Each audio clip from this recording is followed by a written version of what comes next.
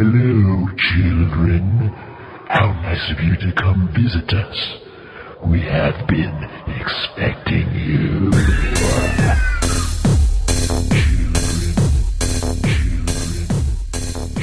What up, what up? Welcome to the Sperm Donor Show. I'm Savvy Jinx. I'm the twig. And I'm the painter. And we got a great show for you guys today. How's everyone doing?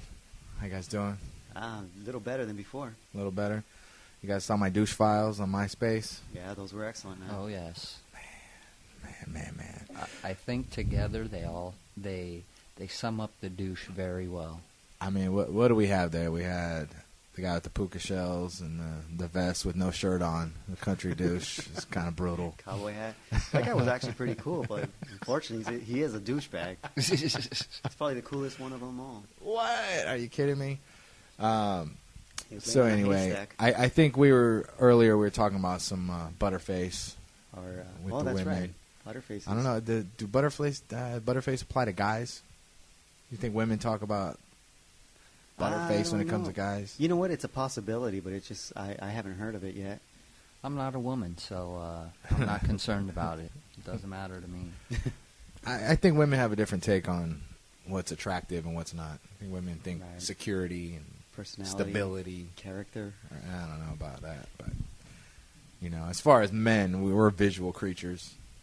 One of my buddies, we were in San Diego, went to TJ, and we ran across this girl, beautiful girl, but she always wore this long leather jacket, right? She was a Hispanic girl. So we hung out with her one night, just her and her friends were drinking. Came back the next night, we all, hung out and partied.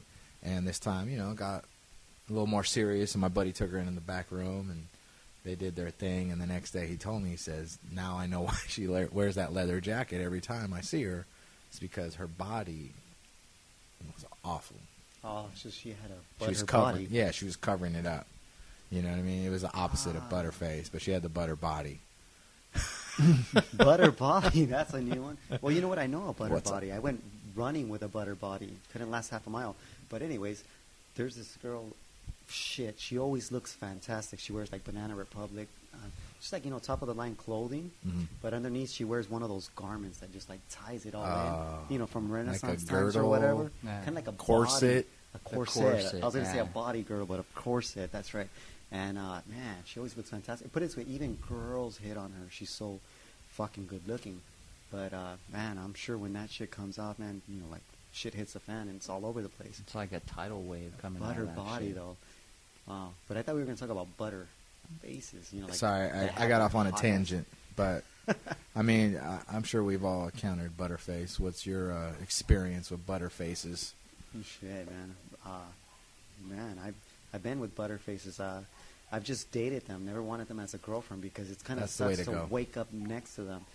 Really, I mean, I tried it, but in the morning, because that's all you see above the covers is the fucking face. You don't see, the body anymore.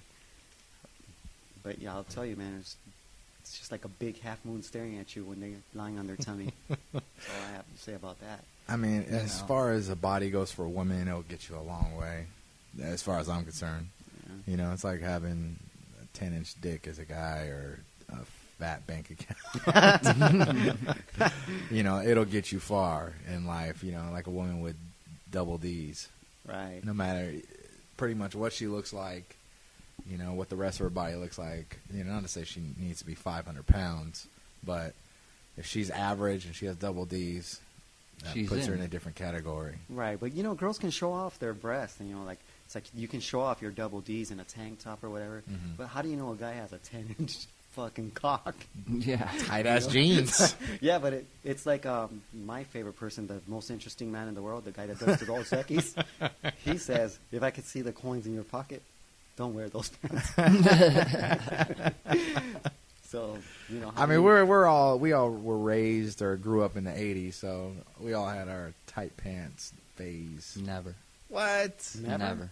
Oh shit! I used to sew mine, man, but that was fucking the gayest movement I've ever made. I used to take safety pins and rubber bands to mine on the bottom back in the '80s. Did you ever do roll-ups? Of course. There you go. That's Well, you had roll-up pants, but it Roll-ups. didn't have to be tight jeans or tight pants.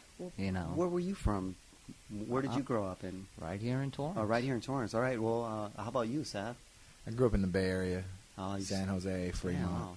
I grew up right out on the outskirts of Los Angeles. So that was the thing. If you weren't a cholo, you were wearing the new wave mullet. Looking like Bono or Duran Duran and shit. The mullet. With the You had a roll-up mullet? pants. I had a mullet. I had a mullet. As a matter of fact, Ashley showed me an ID. That's my daughter. She's 16. She showed me an ID of me from '91. I had a fucking mullet. It's like, what a tool bag. I don't know how I landed her mom. Everyone had them, though. It's not like we're the only ones. But I had a different twist on my mullet. It wasn't like the outward Billy Ray Cyrus mullet. Wait a minute. It was, I always had a baseball cap on. Me too. Because I'm a sports guy. And, back in those days, it seemed like it was cool to have the long hair coming out the back. But, then again, I grew up with a really clean-cut mom, wanted everything to be perfect. And my mom had a mullet. Everyone had a mullet. everyone had a mullet. I'm just kidding. My mom didn't have a mullet. I don't but think so. everyone had a mullet. Yeah. Yeah. I had the baseball hat, too. I used to rock the baseball hat. Oakland A's. That was the team back then. But I used to shave, like, The side. the Oh, sides yeah. super short, and then because my hair is curly naturally, so I had like just a big fucking neck puff. I didn't really have any long hair. No, man. I would do the real tight, like shave the side of the heads and everything. But I think my mullet was actually fucking how I got girls. Believe it or not. Wow. If it weren't for the mullet, I 25 Don't ask me years how. later, we're talking about getting girls with a mullet. with mullet in the same sentence. I'm just saying, it's crazy how a hairstyle can last forever. People still rock the mullet. They do, man. People still rock the afro. People they're rocking the frohawk now, and that was a Native American haircut.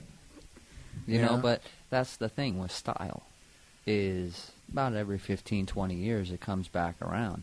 And I remember in the early 90s, people were rocking the tight jeans, and it was all about the tight jean look. And now it's back. the skaters have more adopted that look, but we never sagged. That was the thing. Sagging is something that's new as far as probably the past 10 or 15 years. But I would say that's like The- late 90s. the I tight sagged in jeans. the late 80s. But it was more of a cholo look for, temporary Yeah, time. that's prison. like, That's gangster look. It was a Yeah. gangster, wear the belt with your initial in the front. Oh, What? there you go. Fucking, Yeah. the initial. I had an initial of R R? for Retard? for Richard. But and it even got so extravagant to where I found a way to tie in two belt buckles so that it said RG. Man. It was Wow. fucking- Retardo.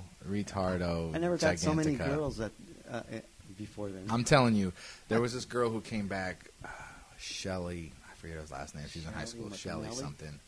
She had family up in L.A. I grew up in the Bay Area, so she had family up in L.A. She came back and had overalls on with Yeah. one strap on the overalls, Yep. Yeah.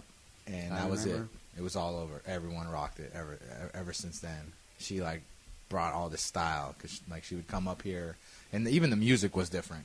Yeah. Back I then, the Bay Area was a really different place than LA. it was way different. It was great though. It was really diverse. Well, it's just in those times there LA weren't even was the cell hub. phones. Well, there weren't even pagers. Were probably coming Nah. into the scene. They were probably coming They were around. coming into the scene. But they weren't there yet. Yeah, I got my Basically first pager, stating 94. is we're fucking old. Okay. We are old. No. You guys are old. We're in our 30s, But- What about you, Painter? I'm 21. 21. Shit. You got a 16-year-old daughter, man. Come on now. Yeah, that's some bad math. He wasn't a math major. I mean, I could look 21 before anybody would consider you 21. Oh no, we all look great. I think we all look great. I I think I look fine. Hey. I don't think I look my age at all. If I mean, go out I'm with not a- Howard Stern or nothing,